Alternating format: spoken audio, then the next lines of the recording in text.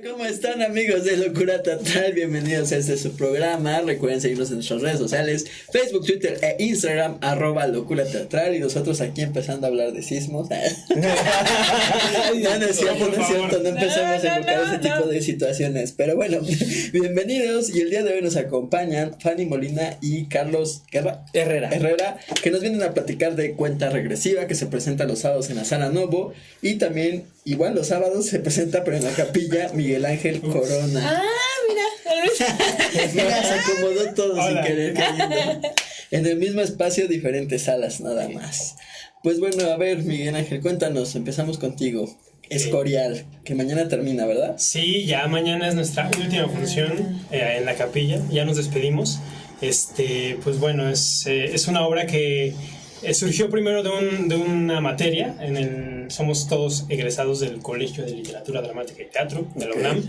El director tenía ahí una materia en la que tuvo que montar la obra y bueno, al final esa obra terminó metiéndose al FITU, al Festival de Teatro, y ganó la edición antepasada. Entonces ahora estamos retomando después de todas esas funciones del FITU y la premiación y tal, con esta temporada que acaba mañana. Entonces, pues...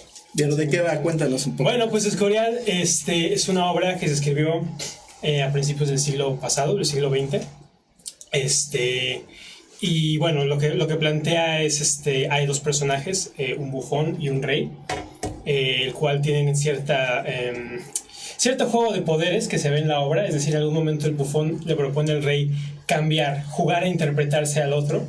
Entonces empiezan a salir muchas cosas porque, bueno, se pone de manifiesto el poder más allá de esa figura inalcanzable y perfecta que no es. Se ponen de manifiesto todas las pasiones humanas, todas las fallas, todo eso, ¿no? Hay una frase que hemos usado mucho que dice: ¿has visto llorar a tu rey? Y bueno, es como esas cosas bastante... que nos resultan un poco ajenas cuando pensamos en cualquier persona elegida en algún cargo. Entonces es como, bueno, uno no piensa que independientemente de su desempeño, pierden personas también, sufren por amor, ¿por qué no?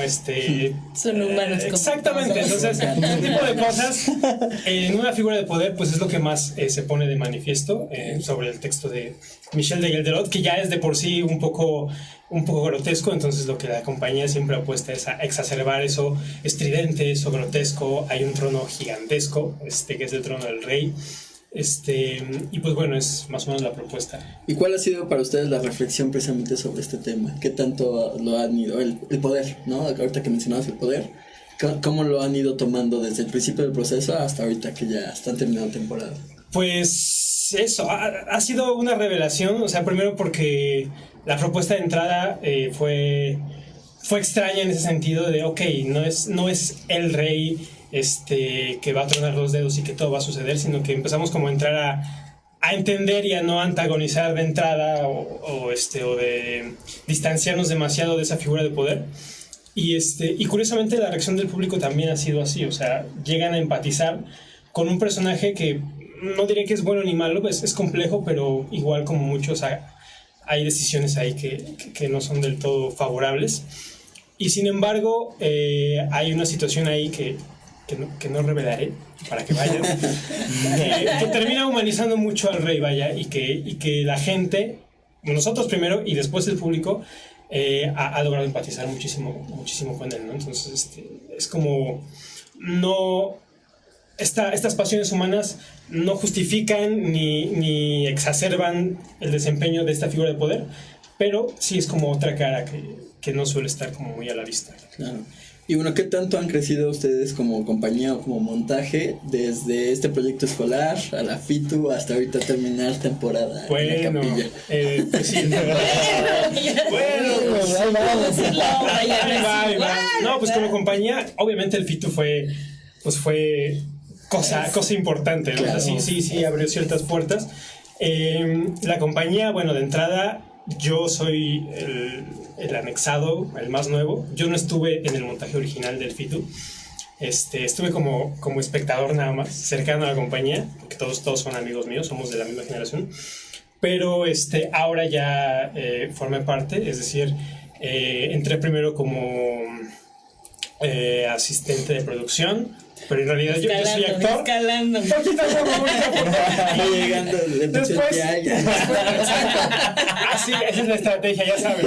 Si quieren entrar, échense cosas de producción y poquito a poco les voy soltando. Van llegando. Pero bueno, en realidad yo me formé más como actor y curiosamente nuestro director, Luis Barrera, tenía la intención de poner una obertura, una especie de prólogo, que sentara un poquito mejor el mundo que se está planteando, y esta fue la ocasión de hacerlo.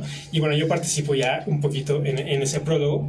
Y pues como compañía, pues ha sido una temporada bastante buena, fuera del ambiente universitario y de las funciones que nos facilitó la universidad. Pues esta es la primera temporada en realidad, estamos, digamos, solitos, y pues con otros proyectos también estamos trabajando en la incubadora de la UNAM, que también fuimos beneficiados. Entonces ya para noviembre pues habrá otros proyectos. Entonces sí nos hemos ido consolidando, nos ha servido mucho todos estos pasitos que hemos dado de FITU a estas funciones, y pues bueno, obviamente la obra siempre está constante cambio. ¿Y a ti personalmente cómo ha sido este proceso de verlo espectador ahorita ser parte? Pues no sé, es muy curioso. Yo vi la obra unas 2 o 3 veces, de hecho vi por ahí algún work in progress de la obra, y realmente se siente diferente estar ya dentro del proceso. Es decir, la búsqueda, yo vi el resultado final y poco a poco me fui enterando cómo fue esta búsqueda. Es decir, muchas decisiones y mucho de la adaptación de la dramaturgia se hizo a través del propio trabajo escénico, antes de llegar con un texto y decir, este es el nuevo texto con el que vamos a trabajar. No, el texto se fue modificando con eso, y pues entré en esta dinámica con un grupo que, a pesar de que los conozco bien por varias situaciones de la escuela y trabajos y clases, era como subirte a un tren que ya estaba un poco echado a andar, pero al final nada, hay como mucha contención entre todos nosotros, y pues el trabajo ha salido muy bien, y pues yo estoy muy a gusto, escalando, como dicen. Ya vengo a dar entrevistas, ya escalando. Ahora, más, pues no. Ya no soy el director, ¿no? No es así. Ay, sí, no. Esos son terrenos en los que yo no entro. Oye, bueno, hablas de que es, grande, grotesco el montaje y todo esto. ¿Cómo reacciona el público, sobre todo ya fuera de este ambiente universitario? Ya público, pues más de general. Es que es diferente, ¿no? Sí, o sea, una cosa es el público de la sí, porque ya cuando estás en la primero calle. La mayoría son compañeros al inicio. O sea, hay de todo, pero la verdad es que el recibimiento ha sido bueno. No nos encontramos como con una sensación de extrañeza de ¿esto qué? ¿No? Porque siempre hay algo generacional que puede jugarte en contra o no. Y pues de hecho ha resultado cercano a las personas que nos han ido a ver en esta nueva temporada. Ha sido bien recibido. Y pues respecto a la experiencia que comenté, bueno, está mucho en la iluminación, ciertos elementos ahí de riesgo también que se han añadido, es como una premisa de la compañía, jugar con alturas, hay algo de acrobacia en la obra. Allá iba a revelar otra cosa, pero no, alturas, diré. Ya iba a revelar el final. Exacto, el final. Vayan a ver el final. Pero sí es como un sello, diré estético, por simplificarlo mucho, de la compañía, que ha sido bien recibido y que ya es como algo con lo que la gente conecta cada vez más fácilmente. Es decir, no es extraño que el trono no sea un trono de caoba muy bonito a escala, ni que la corona sea con incrustaciones de nada. O sea, de entrada no se jugó a que la obra sería realista, porque el texto tenía algo que invitaba, repito, a lo grotesco, a la destrucción que parecen los personajes, a la propia destrucción que parecen buscar los personajes. Entonces apostamos a eso y pues ha sido bien recibido, afortunadamente. Y bueno, y pasando a cuenta regresiva. Pasando de un lugar al espacio de la capilla, llegando a la sala nuevo. Caminando un poquitito más. Vamos a la sala nuevo y con alguien que está empezando temporada. Fanny y Carlos, cuéntenos de cuenta regresiva. Bueno, pues yo soy Fanny, yo soy del Centro Universitario de Teatro. Carlos es de la ENAD. De la ENAD. Somos hermanos, pero de generación de otras escuelas, ¿no? Es algo bastante curioso. Bueno, nos presentamos todos los sábados en la Sala Novo, las 7 de la noche. Allá para que le caigan, porque además son pocos lugares, es importante mencionar que son como... Sí, solo caben 34 lugares. O sea, 34 personas, o sea, vayan apartando su sábado.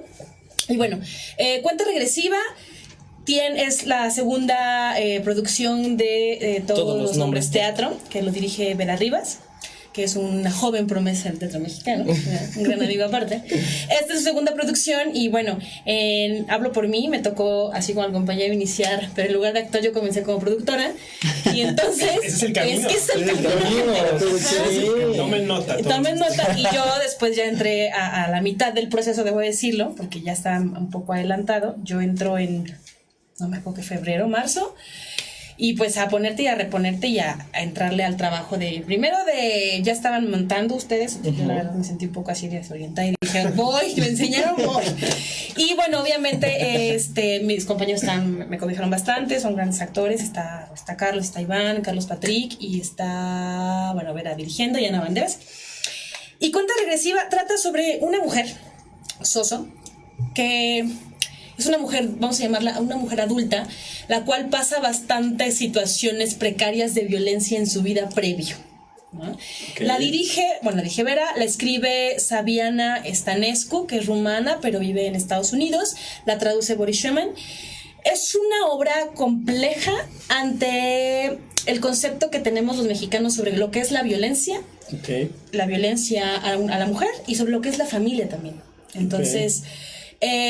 menciono que es compleja porque de pronto en el consciente colectivo pues creemos que todo lo que sea violento podría ser trágico o podría ser una tragicomedia, que todo le pasa al personaje principal, pero creo que esta obra lo que tiene de fársico y grotesco tiene que ver con la situación y cómo no nos hacemos víctimas de la situación misma, no nos quejamos. Bueno, este personaje no se queja, este personaje sigue y se repone aunque la situación venga más adverso de lo que ya comenzó. No lo voy a spoilear, pero sí es importante tocar los temas, porque creo que en México estamos muy acostumbrados a hacernos, por la educación, por la cultura, a ser víctima o a ser victimario, ¿no? En este caso nadie es ninguno de los dos papeles. Entonces creo que la posición que tiene este personaje, que es Soso, es bastante complejo, porque tiene que reponerse a situaciones de muerte, de vida, de soledad,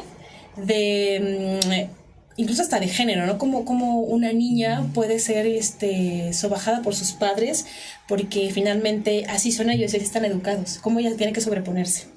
¿Qué más? Cuéntanos. ¿Qué más? Ya me voy como hilo de media. Fanny ya dijo todo, los esperamos los sábados. No, el montaje está bastante interesante, es completamente... nos vamos hacia lo siniestro. El montaje no es realista, y no está contada la historia de manera lineal. Primero nos presentamos un personaje, conocemos lo que es Soso en su vida actual, y después, de la manera en cómo está escrita el texto, nos vamos enterando de qué manera llegó a ese lugar.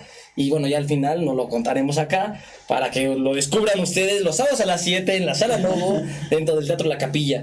Y dentro de la dirección jugamos con que no hay rostros, bueno, yo ya desde mi trabajo actoral yo lo percibo como estas personas que ejercen la violencia pueden ser cualquiera. O sea, nosotros, la justificación que yo le doy al no tener rostro por los elementos de vestuario es que puede ser tu papá, puede ser tu amigo, puede ser tu hermano, puede ser quien sea, ¿no? Dentro de esta realidad en la que estamos viviendo ahora en México y en el mundo, de la violencia que existe sobre la mujer, los feminicidios, de no confiarnos de que puede ser el tío, es decir, sí puede ser cualquier persona, ¿no? Claro. Y jugamos también con algunas escenas en donde salimos, bueno, sin ningún velo, donde nos podemos ver nosotros, de tal suerte que detrás de rostros amigables también puede haber una cierta violencia. Claro. Es decir, puede venir de cualquier parte, ¿no? Y estar atentos pues creerle a las mujeres sobre las denuncias, sobre todo lo que está sucediendo y nada, creo que el montaje apoya a hacer ver que esa violencia existe, que la violencia es real y no voltear para otro lado. Claro. ¿Cómo fue que llegaron a este texto? ¿Por qué selección este texto? Todo empezó en que el director tomó un taller con el maestro Boris Schumann, quien hizo la traducción, y en el taller trabajan esta obra, este texto, tanto como para actores como para posibles directores. Y estaban platicando el director y la actriz sobre qué hacer, que en el siguiente montaje de la compañía surge la idea de este texto, le escriben a Boris, oye, ¿cuánto costaría los derechos de la obra de cuenta regresiva? Y les contesta a Boris, llámame, ¿no? Entonces ya el director le llamó a Boris y Boris se los puso sobre la mesa, ¿cuándo quieres estrenar y dónde quieres, la Capilla o la Novo? Okay. Y así empezó esta aventura, ¿no? Fue un telefonazo, un mensajito. Y pues órale, pues dame la sala Novo. Ok, están estas fechas disponibles, pues vamos a ponernos a trabajar. Y ya de ahí el director dijo, bueno, ¿qué elenco conformamos? Y armaron el elenco, me llamaron, después se integró Fanny y así empezó toda esta aventura. ¿Y cómo ha sido el proceso para ustedes como actores? Ha sido muy demandante, sí. Porque el texto no es nada sencillo, no es nada sencillo, porque es fuerte, las escenas son bastante fuertes. O sea, no sales como entraste, es algo que sí es importante, o sea, porque claro. Sí, el tema... Hablábamos mucho de lo que era lo grotesco, de pronto lo fársico, pero también lo siniestro, y lo siniestro en uno mismo. Entonces, de pronto hay escenas, por ejemplo, la escena que tiene con Ana, que es Soso, yo los veía y decía, es que si a mí como espectadora del ensayo me está afectando, no quiero pensar cómo están ellos, porque no era no solo un cansancio físico, era un cansancio mental, porque salías con una necesidad de llegar a tu casa a hacerte bolita y comer helado, porque necesitabas apapacharte mucho y decir, no soy tan monstruo como creí, ¿verdad? Porque de pronto a mí, por ejemplo, me pasaba que me cuestionaba sobre qué tan mal ser humano puedo llegar a ser, ¿no? Okay. Que tanta violencia, aunque yo no quiera, puede infligir en otro. O sea, durante esos días de pronto empezamos a ver muchos momentos de violencia en la calle. Yo veía mujeres peleándose, hombres peleándose, me decía, ¿y yo qué tipo de violencia inflijo, no? O sea, aunque sea mínima, seguro sí lo he hecho. Claro. Entonces ya llegar como esa conciencia en uno mismo, digo, ya es un avance, pero en mi caso también me puso a cuestionarme qué tan ser humano oscuro también puedo llegar a ser, porque así como somos muy brillantes, claro que somos completamente negros, oscuros, así embarrados de cosas. Entonces, creo que no salías como entraste, o sea, no salimos como llegamos, eso sí me queda claro. Y bueno, cuéntanos un poco más de sus personajes. A ver, venga, Fanny, ¿cómo has vivido? Dinos. Mira, fíjate, yo, por ejemplo, trabajo mucho de la parte corporal, aparte después interna. Me funciona así, cada quien tiene como sus métodos o sus modos. Y el hecho de llenar, por ejemplo, yo decía, necesito ver imágenes de personajes. Mi personaje es la madre de Soso, la mamá de Soso. Mi personaje es una plañidera, ¿no? Ves que antes las plañideras se contrataban para llorarle a los muertos, ¿no? Entonces, dentro de este mundo rarísimo, ella está educada para cantarle a la muerte, ¿no? Y no solo es un canto, sino es su forma de ver las cosas y de vivir. Y claro, decía, necesito llenarme de imágenes, de cosas grotescas, de estas fotos que antes había, que le tomaban fotos a los muertos, ¿no? Que era como en el siglo XVIII, algo así, ya muy viejo, pero eran costumbres que se tenían y que se han perdido por la cuestión ética y moral. Pero finalmente, ver obviamente ciertas películas, a mí me cansó mucho el proceso, porque además si fue demandante, hubo la semana antes del estreno, ustedes no están para saberlo ni yo para contarlo, pero lo voy a quemar, pues ensayábamos de 11 de la mañana a 11 de la noche, ¿no? Porque sí era demandante, porque mientras pasabas una escena sabías que necesitabas después mínimo una media hora para descansar, regresar a tu centro y decir, vale, ahí voy. Como te metías un clavado en agua fría, por ejemplo, en el caso, o sea que al máster como la ya hice. ¿Verdad? Bueno. Ya me pasa la bolita. Avísame. Bola curva. Yo cada quien tiene, me toca representar a mí dos personajes, que desde el texto está marcado así, ¿no? Que el mismo actor representa a dos personajes. Hago al vigilante y al novio de Soso. De alguna manera, por como está escrito el texto, se pueden llegar a relacionar por la relación que tiene, valga la redundancia, con el personaje de Soso, ¿no? Y las acciones que ejercen sobre ella. En el personaje del vigilante, que es con el que abro, fue difícil en el sentido de que yo me considero una persona amorosa y amistosa. Y este personaje, pues tiene todo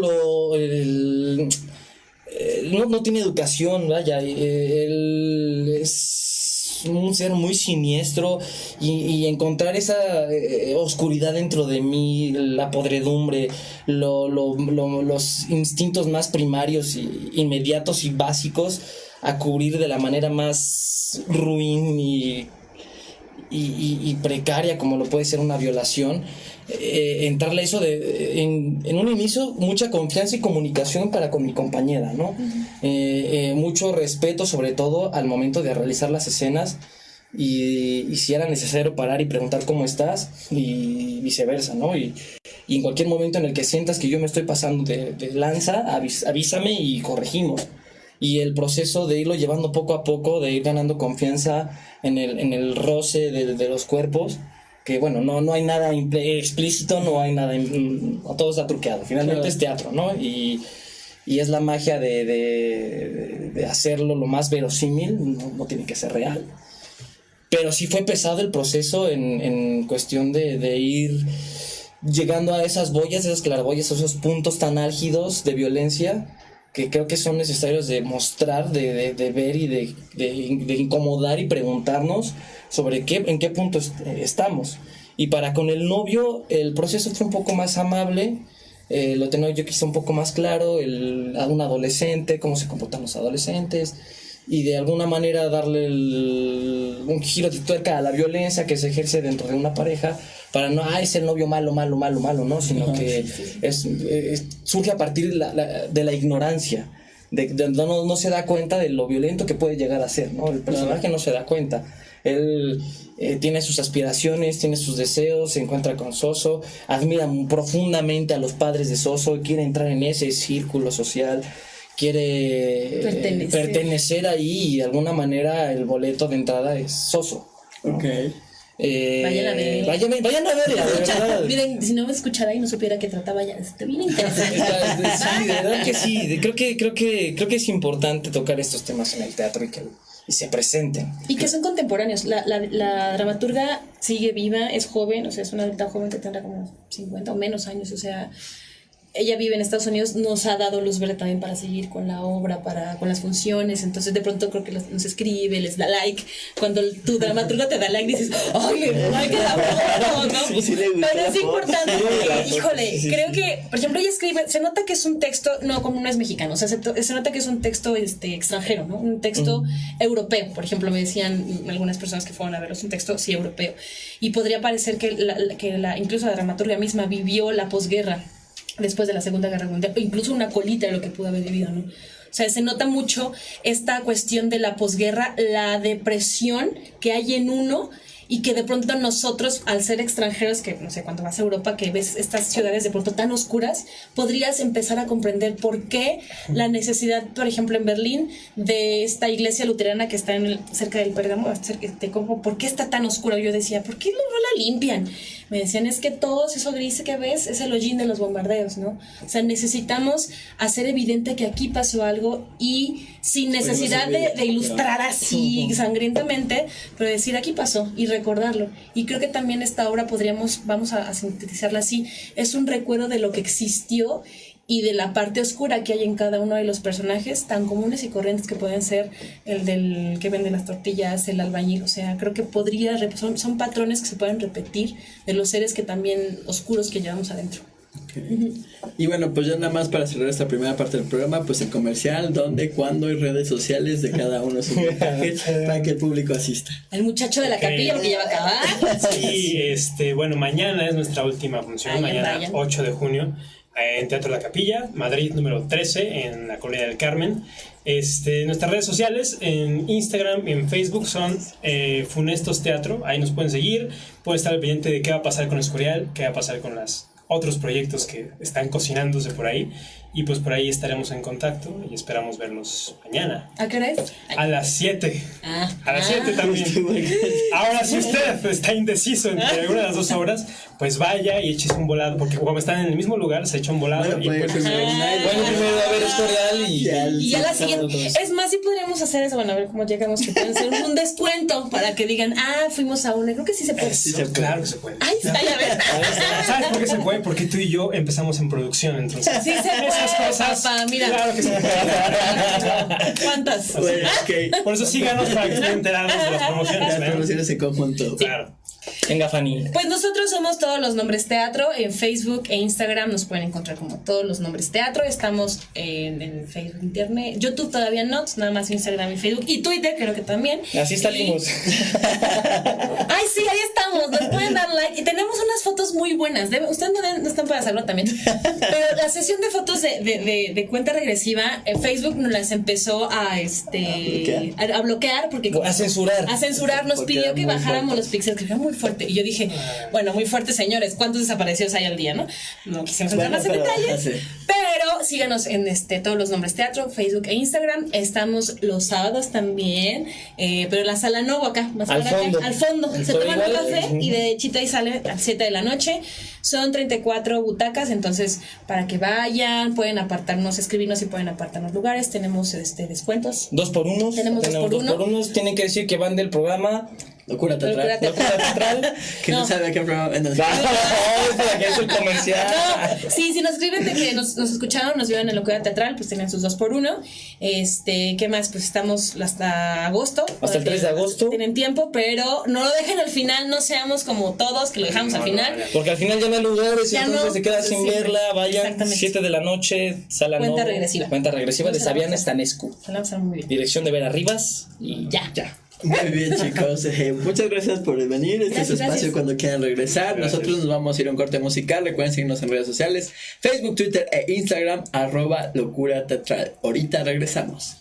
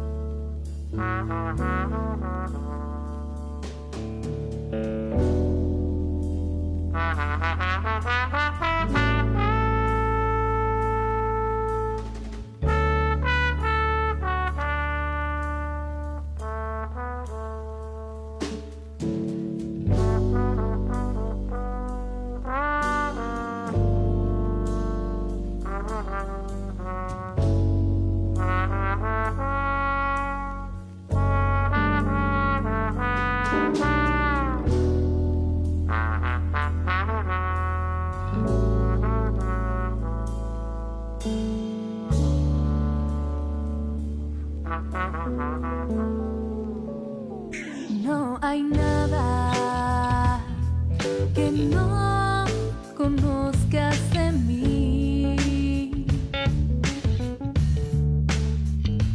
Sabes muy bien, mis ojos no pueden mentir. Digo, no hay nada que no conozcas de mí. Sabes muy bien, mis ojos no pueden mentir. Y aunque ahora todo se ve diferente en mi presencia, a veces es ausente, nuestro amor sigue aquí, porque no hay nada que no conozcas de mí.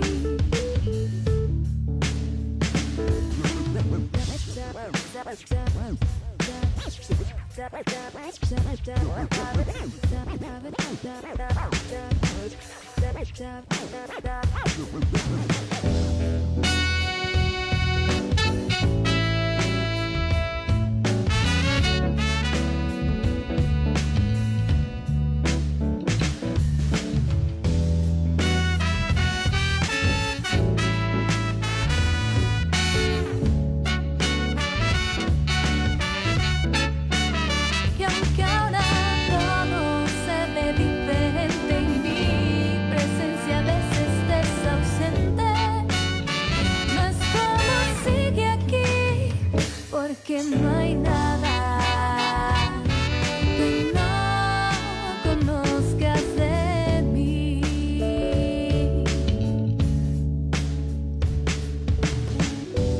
Do I that do that day? Do I dee da dee dee do I that and day that and dee da that and day that and dee da do da do I.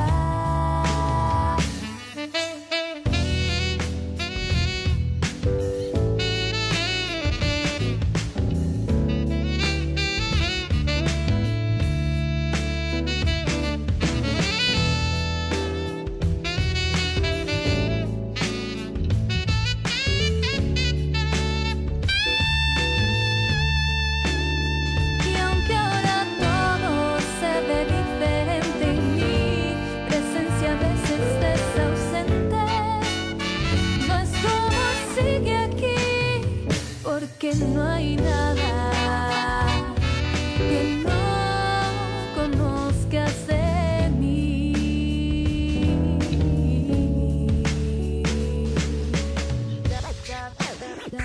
Sabes muy bien.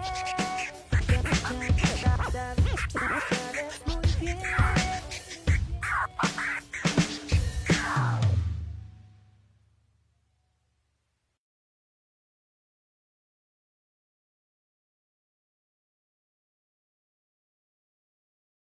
Ya estamos de regreso, amigos. Recuerden seguirnos en nuestras redes sociales: Facebook, Twitter e Instagram, @locura total. Y ya está aquí Sandra Pinal, que no llegó a la primera parte. Pero llegué, Pero corriendo, llegó. empujada, pero llegué. Y bueno, en esta segunda parte nos acompañan Abigail Sánchez, que nos viene a platicar de El Barco del Exilio, que se presenta los lunes en la Sala Novo del Teatro La Capilla.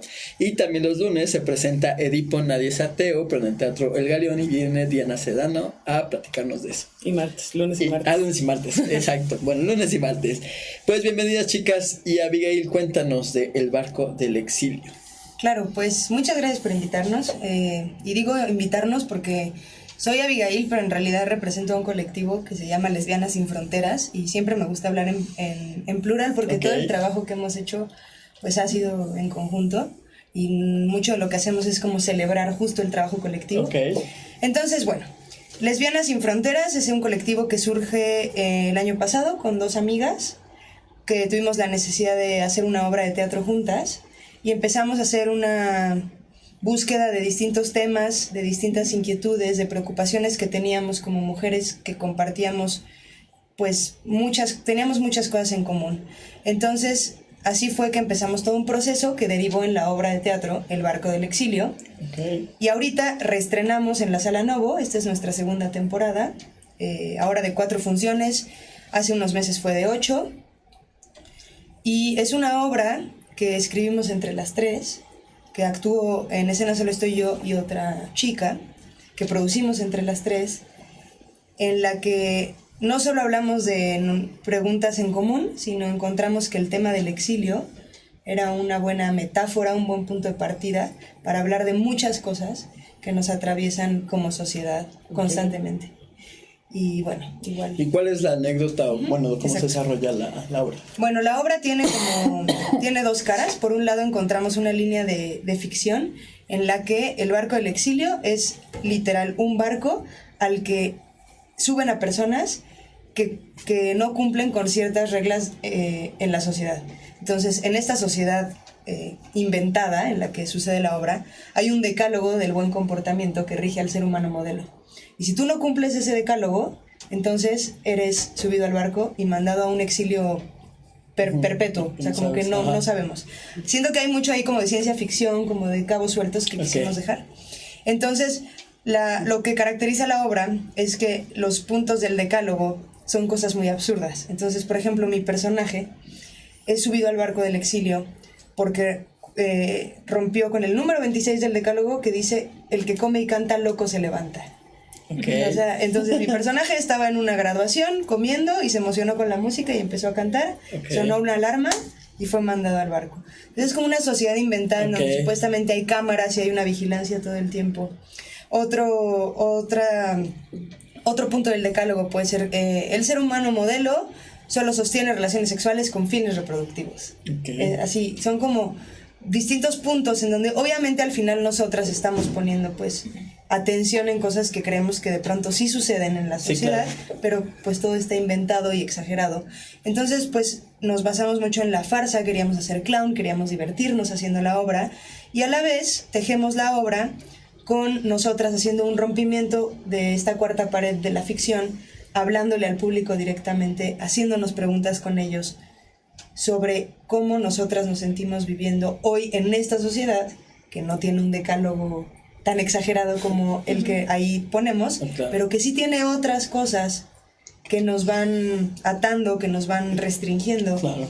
y que nos alejan de ser como queremos ser, ¿no? Plenamente. Entonces es mucho eso, como esa búsqueda, y todo partió, como les decía, de un trabajo colectivo de... ¿Y cómo fue con las precisamente chicas. desarrollar todo este trabajo colectivo? Digo, de juntarse con la idea, desarrollar el texto, bla, bla, bla, hasta la producción, hasta ahorita ya Sí. la segunda temporada. Pues mira, encontramos primero, o sea, todo parte de que somos 3 amigas, que desde los 12 años tomamos cursos de teatro juntas, Okay. y que después nos reencontramos en la vida y nos dimos cuenta que teníamos muchas cosas en común. Básicamente fueron 3. Ese curso de teatro en la adolescencia, la carrera de teatro. Camila es egresada de Casa Azul, Patricia y yo somos egresadas del Colegio de Teatro de la UNAM. Y el punto tercero, que terminó siendo el despegue, nos asumíamos como lesbianas en este momento de nuestra vida. Entonces dijimos, ¿cuántas coincidencias? Hagamos un teatro desde Hay ahí. que hacer algo ahí. Desde también decir, es que sí soy lesbiana, pero también a veces no me gusta decirlo así. Y Claro. cada una, ¿no? Como con su búsqueda. Y por eso terminó siendo el colectivo Lesbianas Sin Fronteras. Un poco también burlándonos de nombrarlo. También reconociendo que es importante decirlo. Y este Sin Fronteras apunta a... Sí soy lesbiana, pero pues qué más da, ¿no? Al final es solo una puerta. Entonces, bueno, de ahí partió. Y entonces, primero fue, ok, hablemos de lo que nos identifica como lesbianas a las 3, ¿en dónde hay puntos en común? Y así fue un poco, luego, a ver, hablemos de cómo miramos el teatro que hemos hecho y que queremos hacer. A ver, hablemos de así, y hasta que Patricia un día dijo, ¿saben qué? Ficción, vámonos a la ficción. Convirtamos esto no solo un teatro que hable así de frente al público, sino sí construyamos una ficción. Hagamos ese teatro que hacíamos de adolescentes de inventar mundos, en donde haces un personaje que no eres tú normalmente. Entonces todo partió del juego de querer volver a hacer una obra como las hacíamos en la adolescencia, pero pues ahora pasadas por la vida, ¿no? Ok. Pues un poco eso, y la necesidad de trabajar en colectivo, que es algo que... Pues no sé, es nuestra búsqueda, es lo que creemos que funciona, lo que queremos seguir haciendo, que no por eso no hay especialistas, ¿no? Claro. No por eso yo no soy actriz como en mi área de especialidad, yo estoy más en la docencia y en la producción, por ejemplo. Pero al momento de trabajar colectivamente, pues caben todos, ¿no? Entonces, pues un poco por ahí va el barco del exilio y todo nuestro manifiesto de Lesbianas Sin Fronteras. ¿Se basaron en algunos textos o algo así para hacer esta obra? Sobre todo porque me recuerda mucho al Panóptico, a Vigilar y Castigar, a todo este tipo de documentos, bueno, de textos que es sobre el castigo para romper el alma, ¿sí? Y poder someter al otro. Entonces, Sí, sobre todo la idea de, bueno, de señalar también, ¿no? Señalar lo distinto. Pues la verdad casi todo giró en torno a que hicimos una especie de laboratorio de escritura en donde cada una nos hacíamos preguntas abiertas. Por ejemplo, ¿cuándo te has sentido exiliada? Y entonces había opciones desde Patricia contándonos, no, pues una vez cuando fui a China, me acuerdo que hubo 2 días en los que estaba yo perdida y no entendía nada ahí. Hasta yo decir, no, pues con mi familia en algún momento, ¿no? Entonces fue mucho partir de ahí. Como referencias de textos, por ejemplo, casi todo hacia donde fuimos fue más bien a la idea del exilio. Ahí es donde teníamos más huecos. Como que toda esta parte a la que haces referencia era algo que ya teníamos como muy trabajado. La verdad sí creo que por la propia experiencia de ser lesbiana. Y no teníamos tantas ganas de leerle por ahí. Más bien, a ver, ¿qué es eso del exilio? Claro. Y entonces encontramos que el exilio no era solo un exilio geográfico, como yo lo primero que pensaba en exilio era el exilio español, es lo que tengo como más claro. Por alguna razón está insertado en mi cabeza. Y después nos dimos cuenta que no, que el exilio era mucho más. Entonces, por ejemplo, leímos a Adolfo Sánchez Vázquez, ¿no? Este filósofo justo del exilio español, y ese nos ayudó mucho porque él hablaba de las diferencias entre exiliar y desterrar, y la sensación que es del destierro y la sensación del exilio. El exilio es una sensación bien extraña porque hay muchas formas de ser exiliado. Puedes ser exiliado como un exilio político y entonces eres así, arrancado de tu lugar de origen, pero también puede haber un exilio que, no sé, como más desde el refugio. Entonces, así, la verdad, el único texto que leímos así fue a Adolfo Sánchez Vázquez. Todo lo demás salió de horas y horas y horas de hablar, primero como amigas, de ponernos al día, y luego de empezar a buscarle así. Y ellas dos, sobre todo, fueron las que le dieron más la estructura dramática. Es como que cada una ha puesto así de su parte. Claro. Y a nivel personal, ¿qué significaba para ti ser parte de este colectivo, todo este proceso? Pues primero es así como algo súper liberador, porque yo digo, de hecho el año pasado y a principios de este año tuve también una obra en el Teatro La Capilla que se llamó Memoria en el Asfalto. Esa yo la dirigí y fue como toda una búsqueda súper padre de pues asumir ese rol de dirección con música en vivo, que era lo que yo quería, y fue padrísimo. De pronto dije, a ver, quiero seguir haciendo teatro, pero quiero ahora explorar otras formas de hacer teatro. Entonces fue como una súper así realización, porque identificar que esa forma, como yo llegué al teatro de adolescente en un curso en donde todo el juego era posible, todo se valía, cualquier idea loca iba a encontrar cómo materializarse, fue volver ahí. Entonces para mí fue como, gracias teatro, gracias por toda la estructura que he estudiado, todo lo que he aprendido. Hoy, por ejemplo, doy clases de teatro en una secundaria y en una prepa. Entonces hay como muchas caras en el teatro, y entonces para mí fue como volver al juego, y creo que la propuesta para el público es mucho esa, o sea, es vengan a divertirse, y el teatro es un espacio para divertirse, pero también para hacernos preguntas, y también para hablar de lo que no nos gusta, y también para hacer un diálogo, ¿no? Entonces, pues es eso, es como muy liberador, y siento que la obra es así, es liberadora. ¿Vas a decir? Bueno, sí, recuerden que pueden mandarnos comentarios y también preguntas para nuestras invitadas. Saludamos a Aguirre Isaac, que nos ve desde Tijuana. George nos está viendo, que mucha mierda todas las pasas en escena. Alexis Morales, que también nos está viendo desde el metro. La transmisión la está viendo desde ahí. Atorado en el metro por la lluvia. Así que saludos a todos y recuerden mandarnos sus preguntas. Y bueno, ya pasamos. Diana, cuéntanos de Edipo. Nadie es ateo. Bueno, aquí nada más quiero decir que es muy emocionante todo lo que ella dice, ¿no? O sea, de muy interesante. Creativo. O sea, que digo, ya sé que vengo a hablar de Edipo, pero no puedo evitar pensarlo, que es muy importante el espacio que ellas se están dando para repensar no solo la ficción, sino su lugar en el teatro. Es muy, muy, muy estimulante y muy emocionante escucharte. Muchas ganas de ver la obra. Vayan a ver su obra. Pero bueno, ahora sí, cuéntanos. Bueno, sí, Edipo, Nadie es ateo, es una revisión del mito original de Edipo, que la dramaturgia está David Gaitán, que es la segunda vez que visita estos temas, ¿no? Además, digo, cronológicamente primero estaríamos nosotros y luego llegaría su Antígona, pero aquí se le cruzaron los cables. Entonces, bueno, Edipo sí es una reescritura del mito, y digamos la premisa principal, digo, supongo que la mayoría conocen la historia, la anécdota. No voy a spoilear nada que no conozcan, pero digamos como el nuevo tratamiento es a partir de digamos este lugar Tebas parece que es, o bueno, yo lo entiendo así como un lugar idílico en donde sobre todo la búsqueda por la verdad existe, tanto en los ciudadanos como en los políticos. Entonces, digo, sabemos que hay algo que no está funcionando, hay una peste en Tebas que está acabando con los animales, con las personas, con las casas, y Edipo, que es el encargado de gobernar este lugar, está encargado de solucionarlo también, ¿no? Entonces, nada, piensa que el problema siempre está fuera de él, como lo pensamos todos, y lo que él organiza, digamos, este planteamiento que se hace desde la dramaturgia, que me parece, además de que me parece muy interesante, me pareció rarísimo, porque justo estábamos montando cuando íbamos hacia la cuarta transformación, o sea, en pleno periodo de elecciones. Ajá.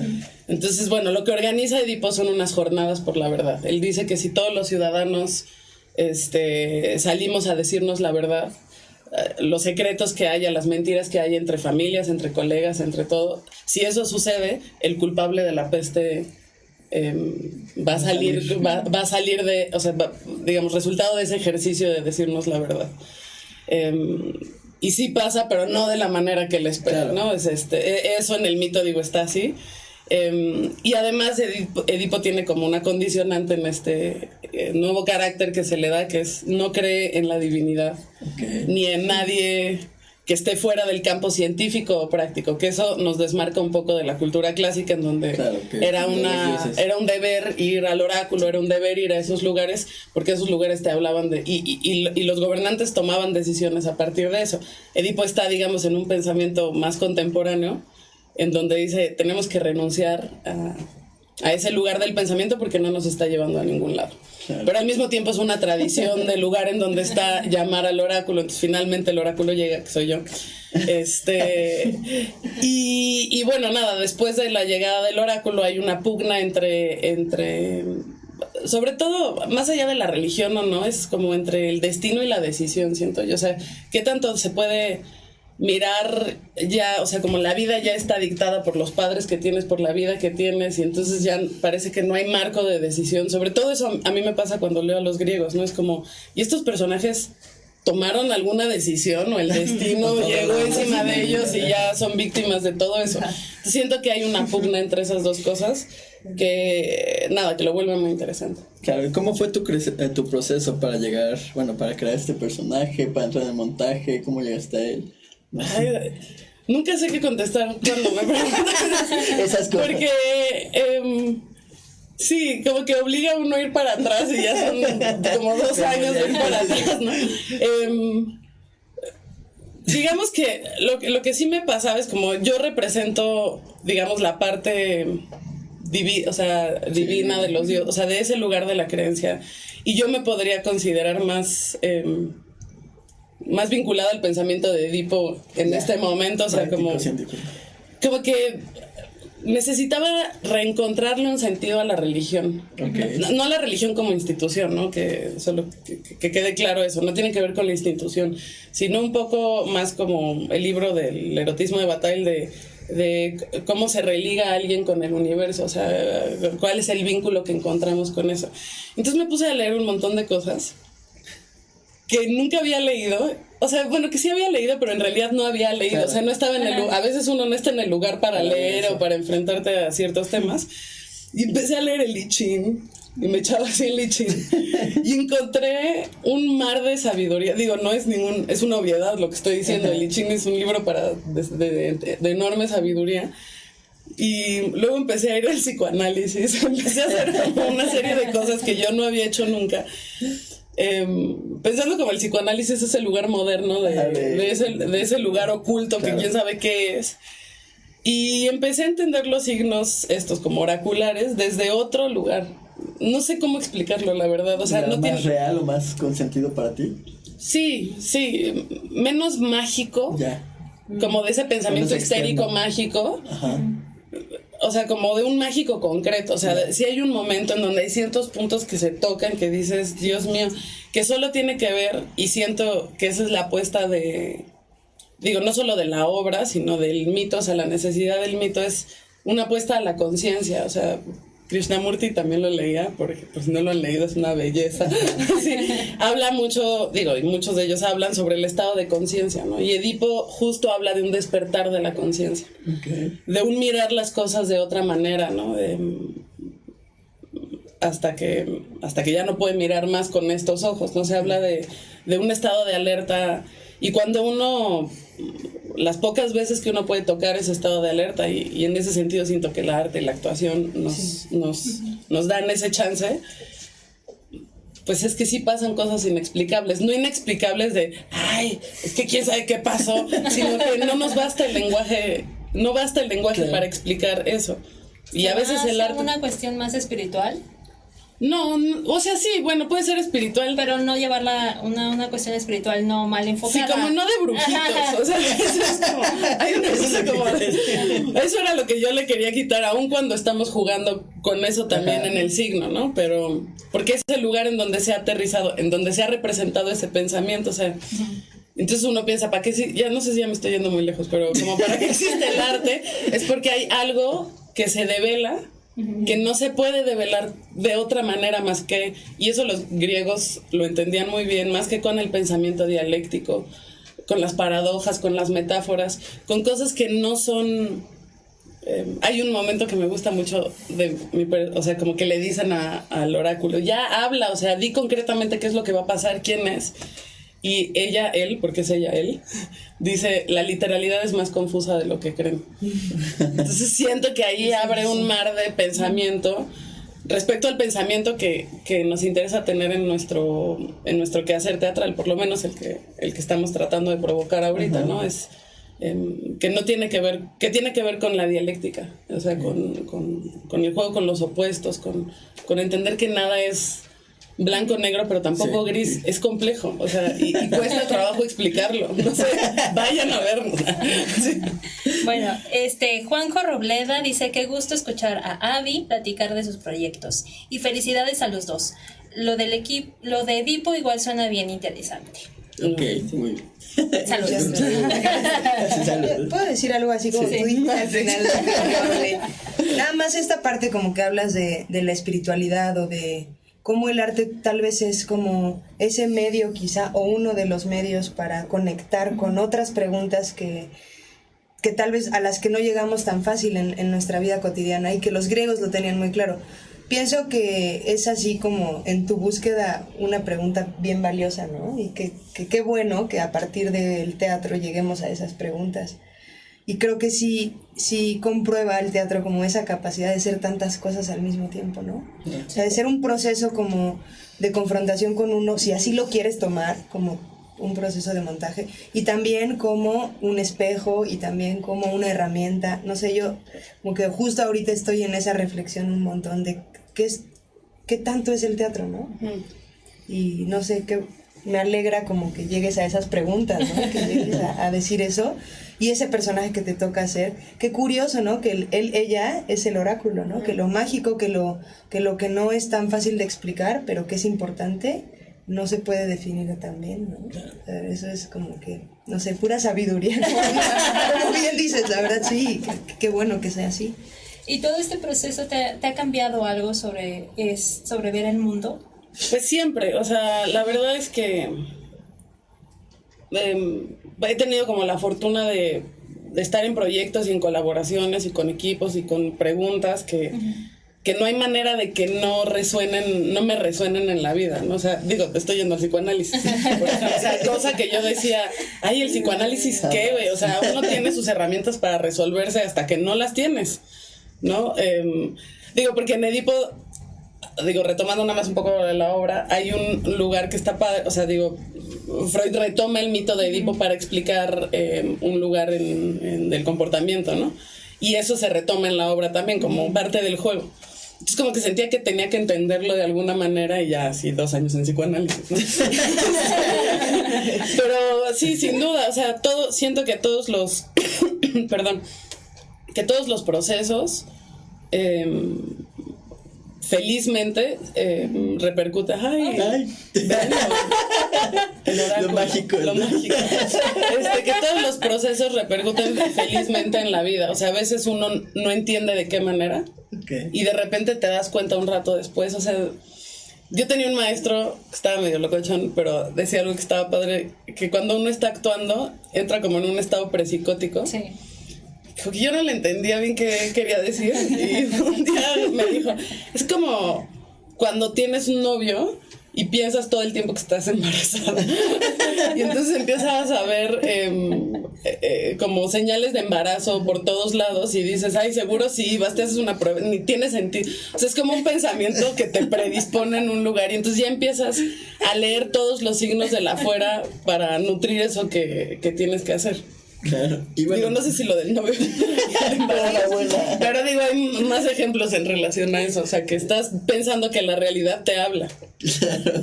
Y bueno, pues ya nada más cuéntenos dónde, cuándo, redes sociales, para qué público asiste a cada uno de sus montajes. Bueno, nosotros nos quedan 3 lunes, todo junio, 10, 17 y 24, a las 8 de la noche en la Sala Novo del Teatro La Capilla. que está en la parte de atrás de la capilla. Entonces ustedes llegan al Teatro La Capilla, ahí preguntan y llegan a la Sala Novo a las 8 de la noche, lunes 8 de la noche, todo junio.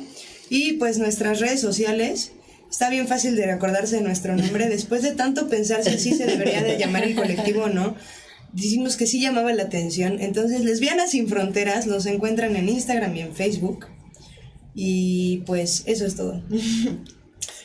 Bueno, nosotros nos quedan únicamente 2 semanas. Estamos lunes y martes en el Teatro El Galeón a las 8 de la noche. Lo produce Magnífico, entonces creo que es @magnífico_ent. Ahorita te checo la y bueno, nada más, nos quedan esas 2 semanas. Me parece que pueden comprar los boletos también en Ticketmaster, ahí en la taquilla.